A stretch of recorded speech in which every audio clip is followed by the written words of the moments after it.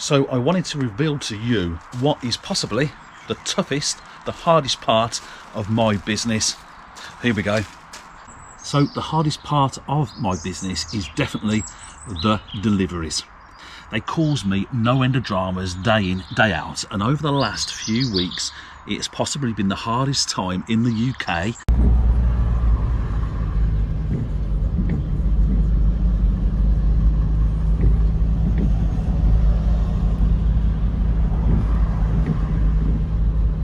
And Ireland to get cars over to customers. And when we look at it, of course, the pandemic is probably one of the biggest reasons why it's very difficult. But adding to that, Brexit. Now I send a lot of cars overseas, and just have a listen to this from P&O, a quick conversation with P&O. They do not want cars at port, and the other ports are also congested, so they do not want us to drop cars over to them. Bear in mind, Brexit is just round the corner. Have a listen to this. We're not taking any more cars in until probably after Christmas. Because we're full capacity. We can't clear the backlog that we have in Liverpool at the moment. Oh, what a nightmare! What a nightmare. Yeah. Okay, no worries. We'll have to probably send drivers with the vehicles. I guess that's the only way to do it. I would have thought. Okay, well you'll have to book them probably through Sinners, and we're not taking cars. Passenger cars really at the moment. You're not. Christ, is that bad? Yeah. Well, we haven't been really taking passengers because of COVID.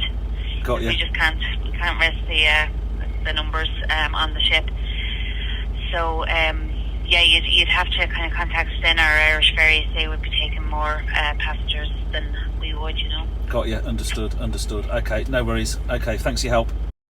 Crazy times, eh? So the ports don't want us to drop cars off, and then if you think about it, we are picking cars up from Scotland, from Wales, from all over the UK, and we have to get them to the port. So if we're dropping cars to the port and they don't want us to drop them off, what the hell do we do with those cars? Where do we store them? Where do we hold them? We can only take them to the unit over in Birmingham. We do have plans in place, because one of the things we are hearing is that VRT in Ireland, they will honour any VRT rate from December 2020 as long as the car is in Ireland prior to the 1st of Jan. If that doesn't happen, as a business, we've decided that we will underwrite that additional cost. So we've had to do this to facilitate getting our cars over to Ireland, because the ports don't want them. It's very difficult to get stuff over. We've got Christmas in there and nobody knows what the hell is going on with Brexit, do they? And just to make it a tad more challenging, we also have UK deliveries, and most of our cars are massive drops. So from Scotland down to London, or from London up to Scotland, across to the far reaches of Wales somewhere. They are not dead easy, straightforward drops. They're massive journeys, and it's not necessarily the point from A to B. The hard part is we have to inspect these cars when we pick them up, but we've got to get the driver to the collection point first. So that could be a 3-4 hour journey within itself. So once the driver's there, he's then got to do the inspection. So we've got to make sure that once the driver's on site, they carry out the inspection and that it matches what is on the report. Now, if it's not on the report, we need to approach the centre prior to leaving to make sure that the car is reported to the auction centre, so we can do a claim against that report further down the line. And that's a really important thing for us to do prior to leaving and heading over to you. Once we then do the drop, we then have to get the driver back, and if you live in the middle of nowhere, like quite a few of our customers do, or in far out reaches of the country, we then have to get the drivers back. So we send cars down to Devon, Cornwall, that sort of way. We send them to the far reaches of all the edges of Wales. We send them up to Scotland, and we have to get the drivers home.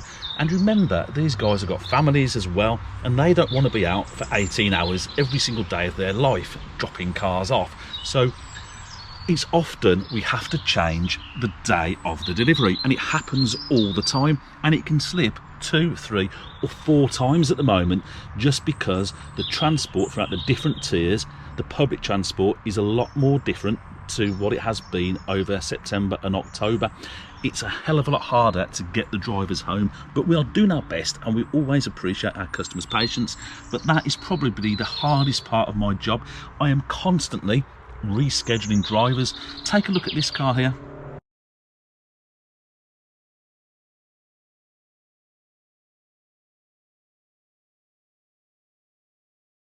Now that car, okay, is a cheapie and it is a bit of a one-off, but that has taken a driver out of business for 24 hours now because he's now been stranded and we've had to get him recovered.